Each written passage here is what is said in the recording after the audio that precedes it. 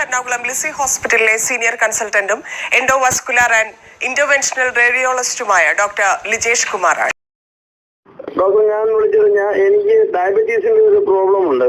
അതെ, ഇപ്പോ 230 diabetes. Okay.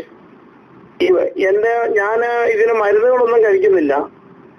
എന്റെ കൺട്രോളിങ് വ്യായാമം കൊണ്ടൊക്കെ ചെയ്ത് വെക്കുകയാണ്. ഇതുവരെ ഞാൻ മരുന്നുകളൊന്നും ഡയബറ്റീസിനായിട്ട് കഴിച്ചിട്ടില്ല. ഓക്കെ.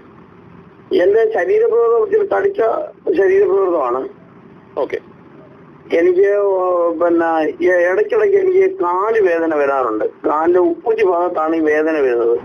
ഇത് എന്റെ ശരീരത്തിൽ ഈ കിഡ്നിയുടെ ഭാഗത്തുമായിട്ട് ബന്ധപ്പെട്ട എന്തെങ്കിലും പ്രശ്നങ്ങൾ ഉണ്ടാവുമോ ഡോക്ടർ? അതായിരിക്കുമോ എന്നുള്ളതാണ് എന്റെ സംശയം. കാലുവേദനയാണോ രാജുവിന്റെ പ്രശ്നം? കാലുവേദനയാണ്. കാലിന്റെ ഉപ്പൂറ്റി ഭാഗത്താണ് ഈ വേദന. രാജുവിന് എത്ര പ്രായം ഉണ്ടെന്ന് പറഞ്ഞില്ല?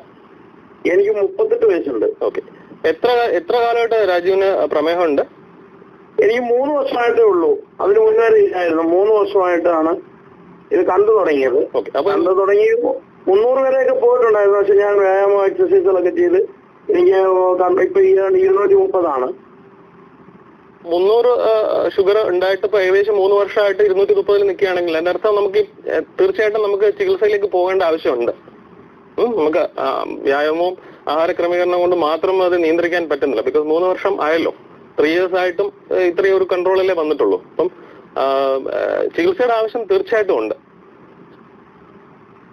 രണ്ടാമത് ചോദിച്ചത് കാലിലെ വേദന. കാലിലെ വേദന പ്രമേഹം നല്ല നിയന്ത്രണം അല്ലെങ്കിൽ നമുക്ക് കാലിലെ വേദന അതുകൊണ്ട് തന്നെ വരാം. ഡയബറ്റിക് ന്യൂറോപ്പതി വരാം.